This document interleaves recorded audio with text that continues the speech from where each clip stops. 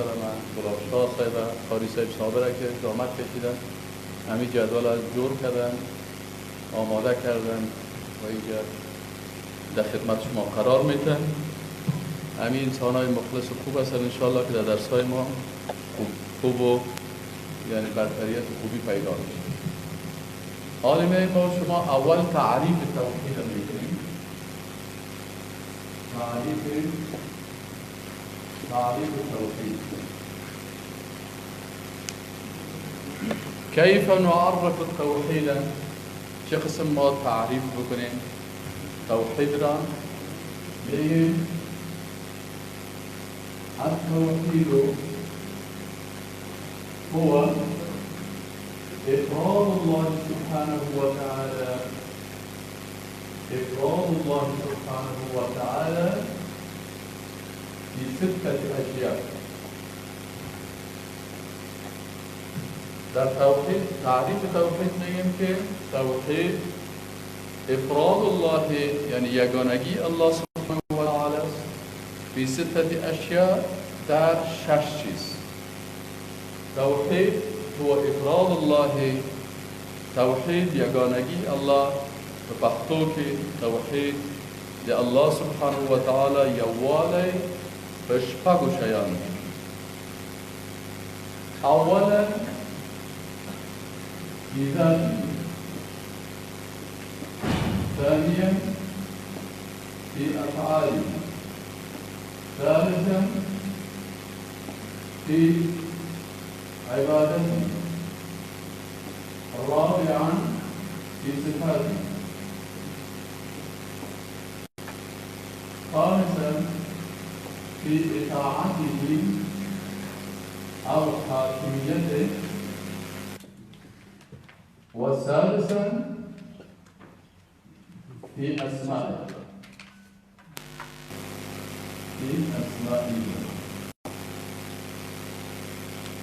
التوحيد هو إفراد الله سبحانه وتعالى في 6 أشياء في ذاته. أولا في ذاته سبحانه وتعالى، ثانيا في أفعاله سبحانه وتعالى، ثالثا في عباده سبحانه وتعالى، رابعا في صفاته سبحانه وتعالى، خامسا في طاعته أو حاكميته سبحانه وتعالى، وسادسا في أسمائه. فارسی توحید چی هست؟ توحید یگانگی الله متعال است در 6 چیز.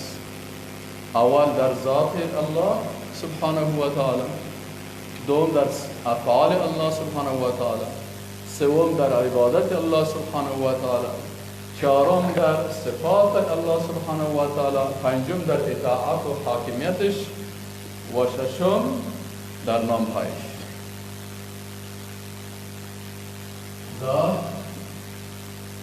ذات الله سبحانه و تعالی، صفات الله سبحانه و تعالی، افعال الله سبحانه و تعالی. ترتیبش تو مهم نیست شما بهتر باشید. یعنی 6 تا رو بگیم: ذات، صفات، افعال، عبادت الله سبحانه و تعالی، اطاعت الله سبحانه و تعالی یا حاکمیت الله سبحانه و تعالی و نامهای الله سبحانه و تعالی. پښتو توحید چی وایي؟ توحید الله یووالی ده. چی په شپږو شیانو. اول په چی د الله سبحانه و تعالی په ذات، دوم د الله سبحانه و تعالی په صفاتو، دریم د الله سبحانه و تعالی په افعالو کې، څلورم د الله سبحانه و تعالی په عبادت کې، پنځم د الله سبحانه و تعالی یووالی په اطاعت او حاکمیت کې، او شپږم د الله سبحانه و تعالی په نومونو. کسایی که در درس تلفن رو قبول نمیکنن و اخلال در درس میکنن، باز ما برشون بدوا میکنن. دیگه چیز خاصی ما نمیه، باز بدوا برشون میکنن تقلای مطال توقیف نتیش تو درس یاد میگیره. اما تو بیعقیده بگرده یا الهی تلفونش رو دوز بزنه، یک تا دوزی که چور کنه از دستش که دلش تو چیز شود. چرا که درس ما را کمیلیت کمی زنگ تلفن که میام کل درس یادم میرم میفهم که می شاگرد به درس علاقه نداره مثلا شیشتا که بس تلفن رو نتوست میفیزم بودم. خب پس تعریف توحید فهمیدیم که توحید الله متعال در چند چیز است؟ در ذاتش است، در صفاتش است، در افعالش است، در عبادتش است، در اطاعتش است و در نامه‌اش. اینی توحید الله متعال سبحانه و تعالی است. در این قسمت در قرآن عظیم الشان اینمی قسم آمده است. مثلا در ذات الله سبحانه و تعالی آیات قرآن آمده. قل هو الله احد الله الصمد لم یلد ولم یولد ولم یکن له کفوا احد. در افعال الله آمده مثلا فعل الله خلق کردن است یخلق ما یشاء خلق السماوات والارض. در عبادت الله آمده که امر الله تعبدوا الا ایاه. در صفات الله آمده الله لا اله الا هو الحي القيوم. در اطاعت و حاکمیت الله سبحانه و تعالی آمده که این الحکم الا لله. در نامش آمده که ولله الاسماء الحسنى فادعوه بها. پس این 6 قسم در قرآن عظیم الشان ذکر است. لکن علمای اسلام همین چیزایی که در قرآن عظیم الشان است به خاطر آسان شدن برای شاگردان بعضی ها کل ازی را در 3 بخش تقسیم کرده، بعضی ها را در چند بخش؟ 4 بخش. اصلا باید چند بخش است؟ اصلا 6 بخش است. لکن بعضی ها را 3 بخش تقسیم کرده. باز مثلا در الوهیت بعضش داخل کرده در صفات این قسم گفته آسان تر شود. شد این است نه؟ دیگه اینی شد تعریف توحید. درست است انشاءالله. کی یاد گرفته؟ ماشاءالله. سعی این فیلم بردارن بچه‌ای که لایو دارن باشه هیچ عکسشون نمیگیره. باز کمی خوابشان بود باز میگیره. این یارو دیگه هم سعی سلف گل. خودم گل شاگردایم گل. سلفم گل. چند نفر یاد گرفتن؟ این حالی میره از من هم کسی که دستش پخش است رو میگیره. دست بالا رو بگی. هر کس دست راست خدا باید بلند کنه، دست چپ غلط است. در کارهای خوب دست راست. فهمیدین؟ پس ایناله همه ایتون چی کردیم؟ تعریف توحید خوب که یاد گرفتن. خوب. ماشاءالله. این دیگه پرسان نمیکنم کلگی یاد گرفت. آسان است. دین بسیار آسان است. عقیده بسیار آسان است. مردم برای ما سخت شروع کرده. خوب؟ در این کنال فلسفه را داخل کردن، منطق را داخل کردن. امی عقیده اسلامی چه وقت خراب شد؟ وقتی که در وقت مأمون چی شد؟ یک تعداد کتاب‌های فلسفی را از روم چاپ کردن و او را آوردن و فلسفه رومی وقتی که آمد عقلگرایی شد و اینا دمو کتاب‌ها از فلسفه در عقیده داخل کردن. وقتی داخل کردن عقیده خراب شد. خب این حال ما و شما گفتیم که این توحید از 3 بخش داره. بعد علما چند بخش تقسیم کردن؟ اقسام توحید. اقسام توحید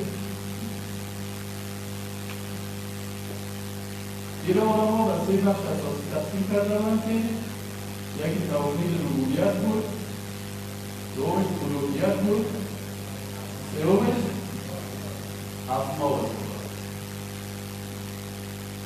توحید ربوبیت که قسم تعریف میشه اگه شما رو مطمئن که تعریف توحید ربوبیت میشه افراد الله سبحانه و تعالی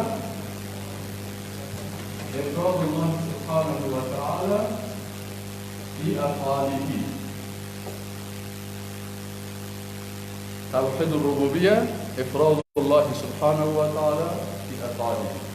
در فارسی یگانگی الله سبحانه و تعالی در افعالش. یگانگی الله سبحانه و تعالی یگانگی الله سبحانه و تعالی در چی؟ در افعالش. در پشتو چیز میگن؟ میگن الله سبحانه و تعالی در الله سبحانه و تعالی یوالی چی؟ مطلوب اخرونو که یا به افعال خصوص افعال موی کشتن نداری افعال که تصرف ذاتی. پس بسیاری تعریف آسان است. در تعریف الوهیت چی میگیم؟ میگیم افراد الله سبحانه و تعالی به الوهیت. متوجه هستن؟ فقط این یک کلمه کلش شامل میشه. در این چیز تعریف میگیم افراد الله سبحانه و تعالی به اسمائه. وقتی توحید الوهیت دو بخش تقسیم میشه، عبادت و حاکمیت. شما را میگم تعریف توحید عبادت بگویید. میگن افراد الله سبحانه و تعالی به عبادتی، یگانگی الله سبحانه و تعالی در عبادتش. اگر میگیم به توحید حاکمیت تعریف چی میگن؟ افراد الله سبحانه و تعالی به حاکمیت. همین بخشا به کل چی گفتم؟ مثلا وقتی میگیم توحید ذات تعریف چی میگی؟ افراد الله سبحانه و تعالی بذاتی، یگانگی الله سبحانه و تعالی در ذات. در افعالش قسم میگیم افراد الله سبحانه و تعالی فی افعاله. در عبادتش افراد الله سبحانه و تعالی. افراد به معنای چی است؟ به معنای یگانگی. در پشتو یواله. الله سبحانه و تعالی یواله تو ذات که، به افعال که، به عبادت که، به صفات که، به طاعت و حاکمیت که و کنمونه که. اینی قسم این کل شد مجموعه از چی؟ از تعریف توحید. من سر تحقیق برادران محترم رو کردم. اینی خلاصه تمام اقسام توحید. تمام اقسام توحید خلاصه شد که این تقریبا بیشتر از 1000 آیات قرآن. بیشتر از 1000 آیات قرآن در مورد چی هست؟ اقسام توحید است، مقامی که توحید ربوبیت است، توحید الوهیت است و توحید اسماء و صفات. توحید ربوبیت بیشتر فایده داره که افعال خالق را بشناسیم، افعال مخلوق را بشناسیم. در این بسیار آسان است که یک سیستم رو براتون بگم. دو صفات یک قسم بریم. افعال خالق را بشناسیم. دومش افعال مخلوق را بشناسیم. یاد گرفتیم؟ چی را بشناسیم؟ افعال مخلوق. این دو تا شد. سومش آنش نسبت دادن است. اول دومش شناختن است. سومش آنش نسبت دادن است. و در همیشه یک تکلیف تکلیف ما موضوع بدل کنه. اول چی بود؟ افعال خالق را بشناسیم. دوم افعال مخلوق را بشناسیم. سومش چی است؟ افعال خالق را و مخلوق نسبت ندهیم. سوم چی بود؟ افعال خالق را و مخلوق نسبت ندهیم. چهارمش چی است؟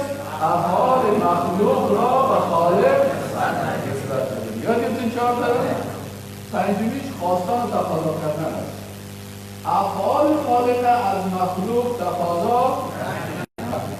افعال خالق از مخلوق تقاضا نکنید. فهمید یعنی؟ مثلا اگر گنگاه باشید خودتان نه، مثلا در مورد سوال این حال میگه چی؟ میگه چی نمید؟ افعال خالق چی کنیم؟ بشناسید. دوم افعال خالق افعال چی نمید؟ اول چی بود؟ افعال خالق دوم افعال مخلوق بشناسید. سوم افعال خالق و مخلوق نسبت.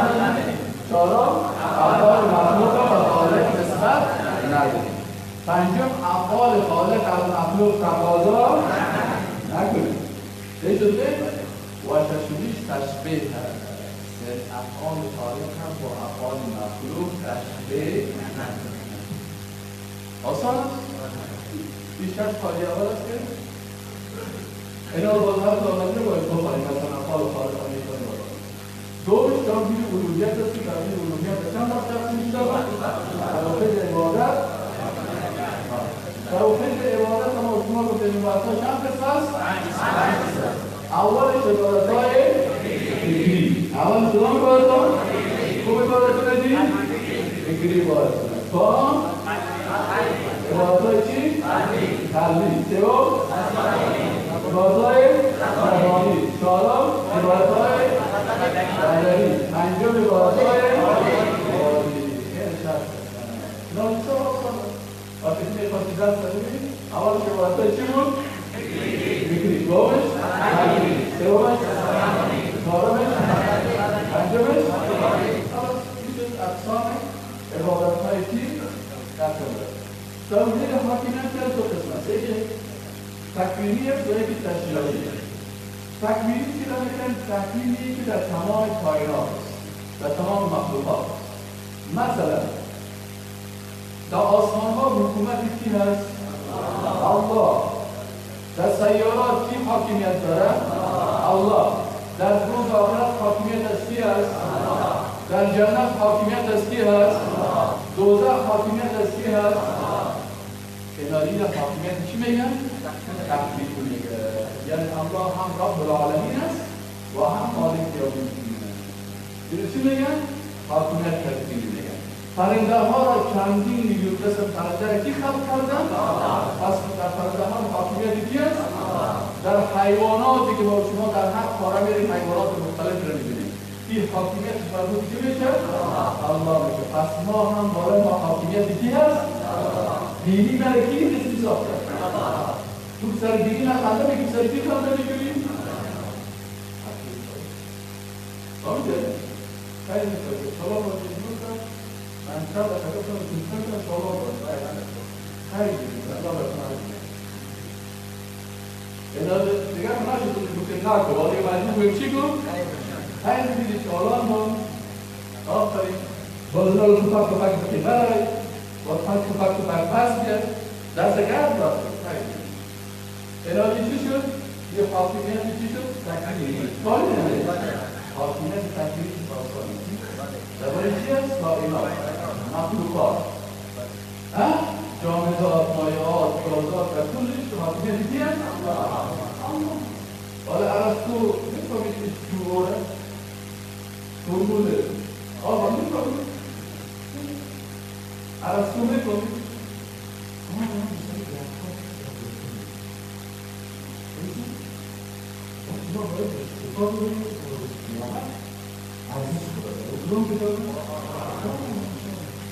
افلاطون یکی که دکتر امروز افلاطون که اکنان دو نگاه کنید در کلاس دکتران دکتران داریم و دکتران را کنیده داریم اونجا چیز کنید بکنید روی مرام در مدینه فاضله افلاطون گشتار بکنید که میگه دزناب یادیم بطور کسی آن میگه کسا حالا چیزی بگید یادیم خب حاکمیت تکوینی را فهمیدید باز حاکمیت چی است؟ حاکمیت تکوینی در حاکمیت تکوینی که شریعت الله است قانون الله در 12 چیز باید قانون الله را بکنید در یکیشان که ممکن شدید توی یه بار بگید جدول چی میشید؟ جدول چی میشید؟ مالک جدول باز بکنید توی جدول حاکمیت در نظام اعتقادی نظام اعتقادی در عبادات، نظام اجتماعی، نظام اخلاقی، نظام سیاسی، نظام طبیعی، نظام مالی، نظام تعلیمی، فرهنگی، عسکری، تعلیمی. اینا ما شما بخیر شروع میکنیم درس اول خود از روی قرآن عظیم فهمیدید؟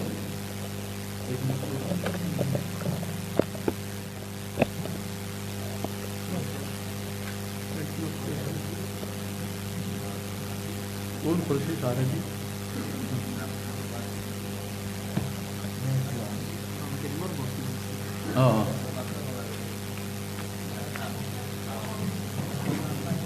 یعنی پرانشیت ما خیلی است دولت جا پرانشیت خیلی است درس یک پرانشیت دیگه باید خیلی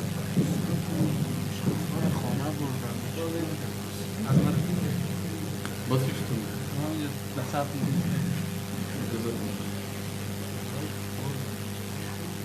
ما باشم گفتم این برم خیر است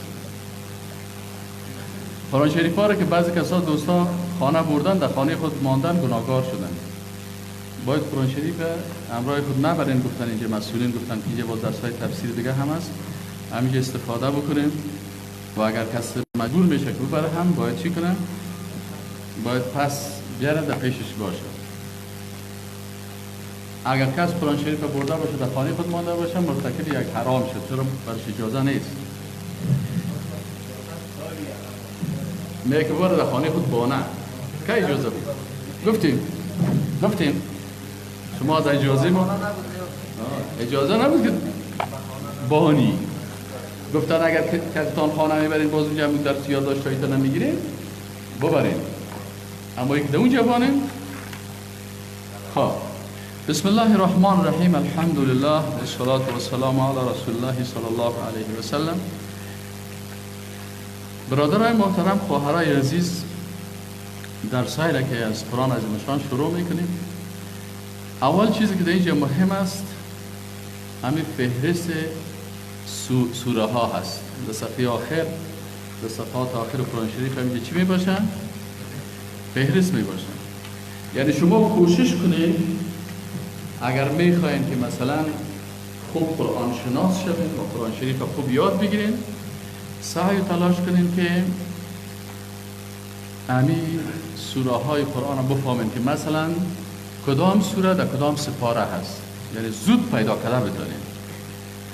و این انشاءالله در درس اول سرتان سختی میکنه پیدا کردنش، لکن آهسته آهسته یک هفته بعد، دو هفته بعد عاجل هم تو میشه که میان رایت کار داری قرآن شریف عاجل خودت باز میکنی و پیداش میکنی. حتی باز یک بار شبه که باز بفهمی بگویی که اینی آیت در این سوره و اینی آیت هست در اینی سپاره هست. بسیار برتان آسان میشه. از این خاطر اینا سعی کنین اینجا در می صفحه هست مثلا سوره فاتحه، بقره، آل عمران، متوجه هستین؟ این سوره را سعی کنین در کدام سپاره ها هستن. نه سپاره هایش باید بفهمین که مثلا سوره بقره در سپاره اول، دوم و تا قسمتی از سوم است. اینمی قسم سوره ها رو ترتیبشونه که وقتی آیات میکشیم شما باید پیدا کرده بتونید. خب ربوبیت ما شما تعریفش گفتیم که یگانگی الله، افراد الله فی افعاله یا فی ربوبیته گفتیم نیره. خب آل الله متعال وقتی که ربوبیت الله را میخوانیم، ربوبیت چی مانا؟ ربوبیت چی مانا؟ رب در زبان عربی چند معنا داره در لغت. اول معنای رب که از مالک و صاحب میگن. رب کل شیء مالک. عرب ها میگن رب کل شیء مالک، رب هر چیز مالک است در لغت.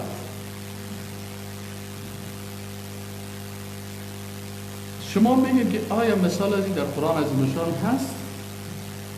سوره یوسف علیه السلام آیت 42 پیدا میکنیم. سوره یوسف علیه السلام آیت 42.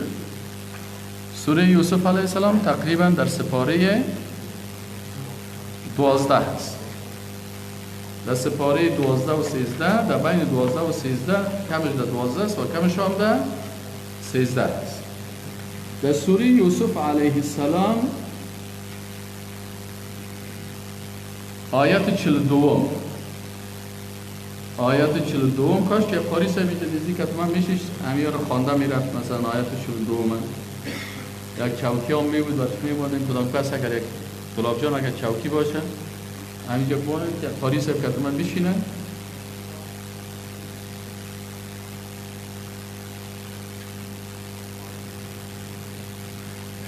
در قصه یوسف علیه السلام انشاءالله شما خواندین در آیت 42 نمبر آیت همیشه در ختم آیت می باشه. متوجه هستین؟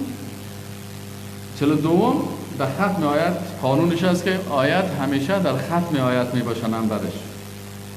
اعوذ بالله من الشیطان الرجیم وقال للذي ظن انه ناج منهم اذكرني عند ربك فأنساه الشيطان ذكر ربه فلبث في السجن بضع سنين.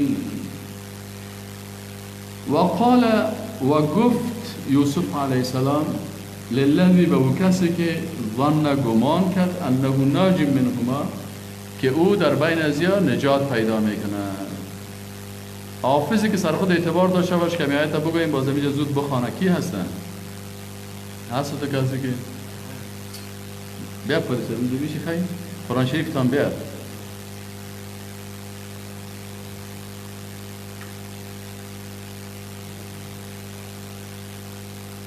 بشی آفرین خواه یا کی آیته بخوان.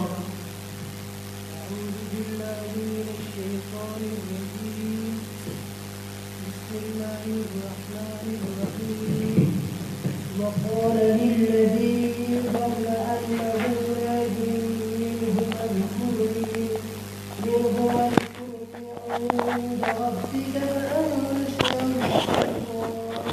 ذكر ربه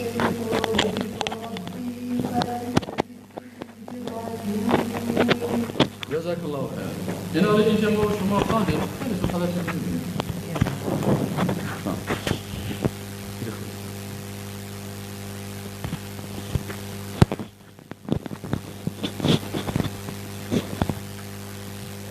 اینالی آیت شریفه که خواندیم اینجا یوسف علیه السلام وقتی که دو نفر خواب دیده بودن خوابشان تعبیر کرد و تعبیر خواب یکی از معجزات یوسف علیه السلام بود. و قال و گفت یوسف علیه السلام للذی بر او کسی که ظن گمان کرد یوسف علیه السلام انه ناج منهما که این دو نفر نجات پیدا میکنه یعنی از زندان خلاص میشه. برای این چه گفت که اذکرنی عند ربک مرا یاد کو پیش کی؟ پیش مالکت. اینجا رب عزیز در زبان عربی در لغت به معنای چی هست؟ به معنای صاحب است. پس در زبان عربی چیز استعمال میشه؟ یکی از کلماتی که استعمال میشه کلمه رب است که به معنای چی استعمال میشه؟ صاحب و مالک. یعنی برای این گفت که پیش مالکت همون پادشاهی که هست باز دوباره ما گپ بزن و بگو که این یک نفر مظلوم در زندان بندی هست اگر شوه که مرا از اینجا از اینجا خلاص شوم. فانساه الشیطان و ذکر ربه و فانساه پس فراموش کرد یا فراموش گردانید شیطان به همی شخص کی امو نام کی رو بگیره؟ یوسف علیه السلام پیش دادم پاچا بگویه هیچ رفت قرار بیغم دمو چیز شد. فلبث فی السجن بضع سنین. یوسف علیه السلام چی کرد؟ چندین سال در زندان. یک درسی که از آیت قرآن ما و شما میگیریم اولی هست که در عالم اسباب، یکی عالم اسباب است یکی عالم مافوق اسباب است. عالم اسباب ما و شما که هستیم میشه مثلا یک دوست تبویی که همین قلم تا بر من بدی عالم چی است؟ اسباب است. اینال یوسف علیه السلام در عالم اسباب از این شخص تقاضا کرد که اگر که ما همکاری کرده بتونی چون در قسمت بندی شدن ما شاید اون کلان پاچا کس خبر نباشه شما او رو خبر کنین و برشان بگوین که این یک آدم مظلوم اینجا است. پس انسان وقتی که از عالم اسباب استفاده میکنه اینجا چی است؟ عالم اسباب برای انسان میتونه استفاده بکنه در عالم چی؟ اسباب.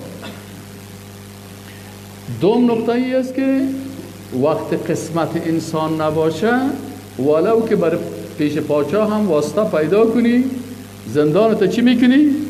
تیر میکنی. اینال یوسف علیه السلام خوب واسطه دبل پیدا کرده بود، شناخت دبل پیدا کرده بود، اما چون قسمت و تقدیرش اونجا بود باز چی شد؟ اون نفر فراموش کرد و یوسف علیه السلام چندین سال در زندان ماند چون مقدر بود که یوسف علیه السلام چند وقت در زندان باشه. دیگه درسی که میگیریم اوی است که وقتی یوسف علیه السلام الله خواست که از زندان بکشه خود پادشاه یک خودید. وقتی که خودید مجبور شد احتیاج شد برای یوسف علیه السلام و با یوسف علیه السلام مراجعه کرد. خب اصل بحث ما سر ازی بود که کلمه رب در لغت یک اصطلاح شرعی است، یک لغوی است. در لغت به معنای چی استعمال میشه؟ اینجا به معنای چی استعمال شده؟ شرعی یا لغوی؟ لغوی. چرا در لغت است؟ اینشه. دوم، رب به معنای سید مطاع میآید. سید یعنی بادار، یا کسی که مثلا عرب ها میگن رببت القوم سستهم، یعنی من سیاست کردم، یعنی سیاست مدار یا سیاست کننده و یا قانونساز. ایره هم چی میگن در زبان عربی؟ رب میگن. در سوره یوسف علیه السلام آیت 41 بکشین. آیت 41 میتونی بخوان قاری صاحب؟ بسم الله الرحمن الرحیم. یا صاحب السجن اما احدهما فیسقی ربه خمرا واما الاخر فیصلب فتأکل الطیر من رأسه قضی الامر الذی فیه تستفتیان. اینجا هم یوسف علیه السلام کلمه رب استعمال کرده به معنای عمو، قانونساز یا بزرگ. متوجه هستین؟ اینجا استعمال کرده. یوسف علیه السلام تعبیر خواب چه قسم کرد؟ گفت یا صاحب السجن، او دو دوست ما که شما در زندان هستین. صاحب یک دوست میگه، صاحبین دو تا میگن. اینجا مضاف و مضاف الیه هست، نونش حذف شده به خاطر اضافت. یا صاحبی السجن، ای دو دوست زندانی من. اما احدکما، تعبیر خواب شما چیست که یکی از شما فیسقی ربه خمرا، که باز او چون پادشاهشان کافر بود گفت برامو ربش که در لغت استعمال شده، یعنی به مبادارت یا به سیاست مدارت یا به شخصی که در رأس شما قرار داره، بر از او چی؟ تو خلاص میشی، باز میری فضل وظیفه بر از او خمر یا شراب میتی. و اما الاخر، و اما دومی کس فیسلب، این چی میشه؟ در صلیب اویزان میشه. صلیب چی رو میگم؟ یک چوبک است که نصرانی ها هم میگن صلیب قسم یک چوب است، قسمی است مثلا صاحب خودت میکردن یک دانه چوب جور میکردن، باز یک دانه چوب جور میکردن به این قسمی میخش میکردن، باز یک نفر سرش شده اینجا بسته میکردن، یک شده اینجا، یک شده اینجا، پایش ده اینجا، بازی رو میخ میزدن، همونجا میموندن تا که میمورد. صلیبی ها این امیر عبادت میکنن و به این یقیدی هستن که العیاذ بالله میگن عیسی علیه السلام خدای ما بود، باز خدای ما در صلیب بیزان شده، که ضعیف بود. اگرچه در تیارای لکس چیشتن خب عقلشان بسیار خرابه، بسیار بیعقل است. یک روز یک شپرسان کرد گفت همی عیسی مسیح گفت چرا صلیب در گردنتان میکنن؟ گفت والا به خاطر اینکه عیسی مسیح در صلیب بیزان شده. ما و شما مسلمان عقیده داریم که ما قتلوه و ما صلبوه ولکن شبه لهم. باز استش پرسان کرد گفت خیر در صورت که شما میگین عیسی مسیح علیه السلام در صلیب اویزان شده، از این خاطر شما صلیب در گردنتان منداختین. اگر او وقت چوکی برقی می بود، مثلا تو یک چوکی می بود دستایش بسته میکرد، باز شما در گردنتان چوکی رو اویزان میکردین. متوجه هستی؟ این حالی مشکلات چیشون؟ مشکلات است که بعضی کسا در مسائل اعتقادی از عقل خود کار نمیگیره. همون چیزی که از پدرایشان مانده امور میگه نمی از پدرم مانده، من دیگه دین پدرم هستم. خب و اما الاخر، و گفت همین دومیتان که است او فیسلب چی میشه؟ در صلیب اویزان میشه. فتأکل الطیر من رأسه، وقتی که در صلیب اویزان شد اما تو میمانش، باز پرنده میاد چی میکنه؟ مغزای سرش هم میخوره. این تعبیر خواب است. قضی الامر الذی فیه تستفتیان، فیصله شده است اونمو چیزی که شما درباره از او از پیش من تعبیر خواب میخواستین یا فتوا یا سوال کرده بودین. خلاص اینو من براتون گفتم. هدف ما و شما چی بود؟ که دومی معنای رب در لغت چی است؟ به معنای بادار یا سیاستمدار است. متوجه هستین؟ یعنی کسی که قانون میسازه. اما سیاستمدار چی میسازه؟ قانون ساز است، رهبریت اما منطقه و حاکمیت از او به دست از او میباشه. سومی معنای چی است؟ سومی رب به معنای کسی که شریعت یا قانون میسازه. الذي يعين الحلال والحرام. او که مثلا در مملکت میگه که چی جایز است و چی ناجایز است. این هم در سوره یوسف علیه السلام آمده که آیت 39 آیت 39 یافتی قاری سر سوره یوسف علیه السلام. یا صاحبی السجن بسم الله الرحمن الرحيم يا صاحبي السجن أأرباب متفرقون خير أم الله الواحد القهار. اینال اینجا ببین که یوسف علیه السلام در لغت کلمه چی را استعمال کرده؟ ارباب. ارباب جمع چی است؟ جمع رب است. و رب در لغت اینجا به معنای چی است؟ به معنای کسی که قانون میسازه و شریعت میسازه. متوجه هستین؟ و اطاعت و عبادت میشه. پس یوسف علیه السلام بر ازنا میگه که یا صاحب السجن، ای دوستای زندانی من، ارباب متفرقون خیر ام الله الواحد القهار. آیا معبودان و قانونسازای متعدد خوب است که هر کدامش به منفعت خود و انسانها باشن قانون بسازن، یا الله که رب العالمین است واحد و قهار است؟ یعنی پس اینجا به معنای چی آمد؟ به معنای قانونساز و شریعت یا تعیین کننده حلال و حرام. در زندان یک وقت ما بودیم، بعضی از زندانی ها همراه ما بود. من که سوره یوسف علیه السلام هم میخواندم و فکر میکردم بسیاری وقتا میفتم والا من هم مثل یوسف علیه السلام واره هستم. و یگان تو که من در زندان می بود بر از می درس تفسیر درس میدادم. باز من بر از اونها میگفتم اگر چیز او زندان کرد ما مردم های رنگارنگ بودن، بعضی کسا گناه کرده بودن، بعضی کسا اشتباه کرده بودن، بعضی کسا مثلا قتل کرده بودن، بعضی کسا. باز من برشان میگفتم که شما اینجا که درس میخوانین این درس ازی بسیار سر شما انشاءالله تاثیر میکنه. میگفتن چرا؟ ما گفتم شما در پوهنتون یوسف علیه السلام درس میخوانین. در کجا؟ یوسف علیه السلام درس توحید در کجا شروع کرد؟ در زندان. از همینجا برای همین دوستای خود گفت یا صاحبه سجن او اندیولای زندان من، شما الا بتینی بود پرستیره و بود پرستا بودن، کافرا بودن. ارباب متفرقونه، آیا این ربهایی که شما گرفتین که براتون رنگ و رنگ قانون میسازن، معبودان مختلف گرفتین، این خوب است یا ذات واحده یگانه؟ متوجه هستین؟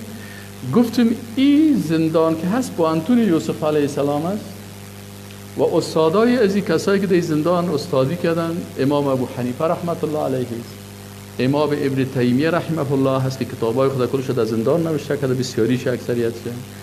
امام احمد ابن حنبل است که در زندان شبها بیهوش میفتاد و لق میخورد و لیکن با او فیلسوفایی که العیاذ بالله نظریات غلط داشتن، اعتقادات غلط داشتن، به او تسلیم نشد. پس این در حقیقت چی بود؟ مدرسه این دو شخصیت های بزرگ است. شما اگر میخواین رجوع کنین به الله و توبه بکنین، الحمدلله بسیاری از اینا چی میکردن؟ توبه میکردن. بسیارشون شاید همیشه ما 1000 دانه 2000 یا کمتر بیشتر شاگردای زندانی داشته باشن که در زندان اصحاب سجن بودن، دیگرای زندان بودن. خب دیگه دمی آیت شریف ارباب به معنای معبود هم میه. ارباب به معنای چی میه؟ کسی که عبادت میشه. همین آیت شریف است که یا صاحب السجن ارباب، آیا معبودهای متفرقون متفرقه خیر بهتر است یا اللهی که ذات واحد قهار است؟ همچنان به معنای مصلح میه، یعنی کسی که یک کار چی میکنه؟ اصلاح میکنه. رب الشیء اذا اصلحه، وقتی که یک کسی اصلاح میکنه و تربیه میکنه و جور میکنه، مربی، مصلح، ایره هم چی میگن؟ در زبان عربی در لغت رب میگن. مثلا ما و شما در آیت 23 سوره یوسف علیه السلام بکشین، آیت 23 یافتی قاری شد؟ بخوان. بسم الله الرحمن الرحیم وراودته التي هو في بيتها نفسها عن نفسه وغلقت الأبواب وقالت هيت لك قال معاذ الله إنه ربي أحسن مثواي إنه لا يفلح الظالمون. این یوسف علیه السلام وقتی که در خانه عمو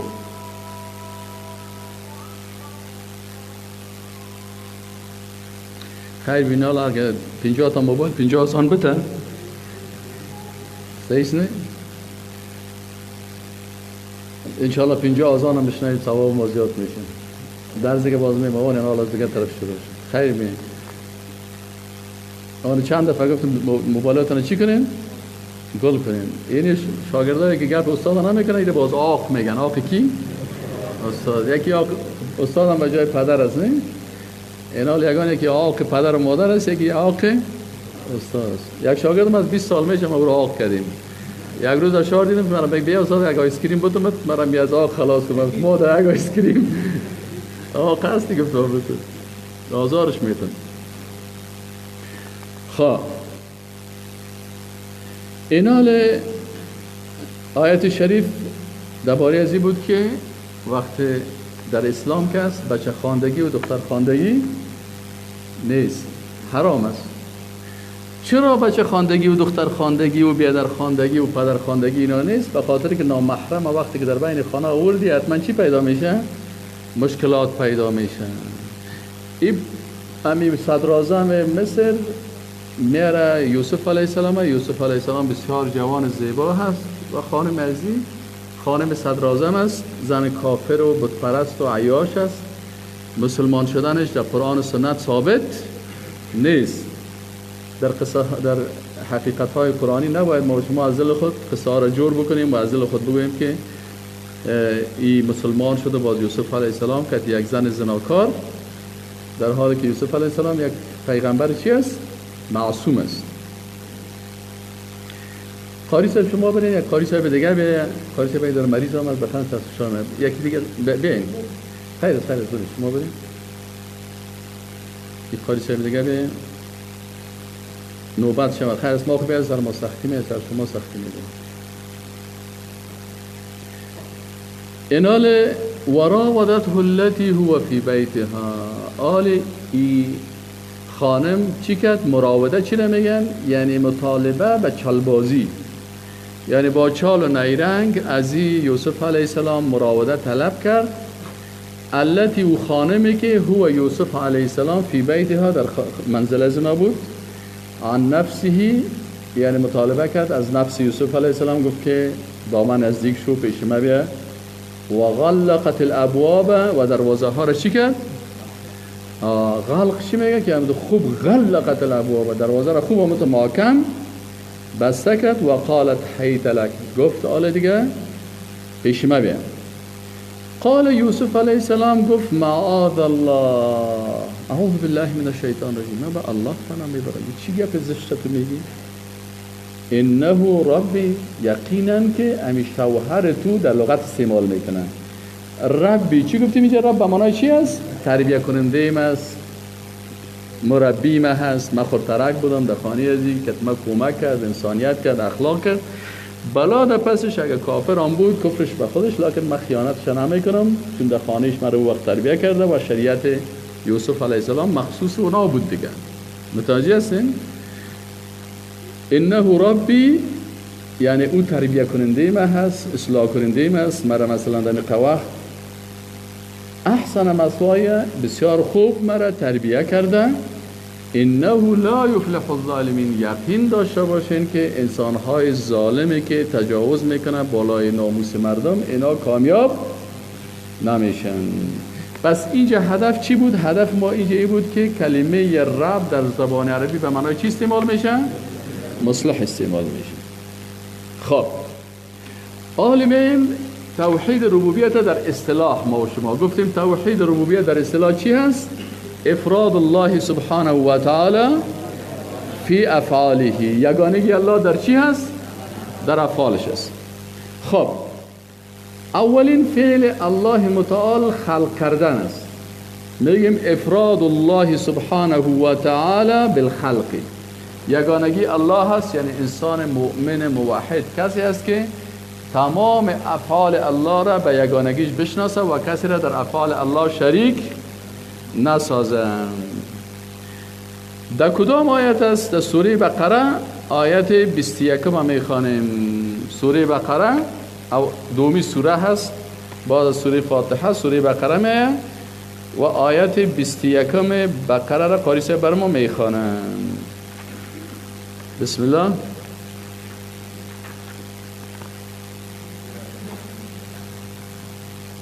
أعوذ بالله من الشيطان الرجيم. بسم الله الرحمن الرحيم.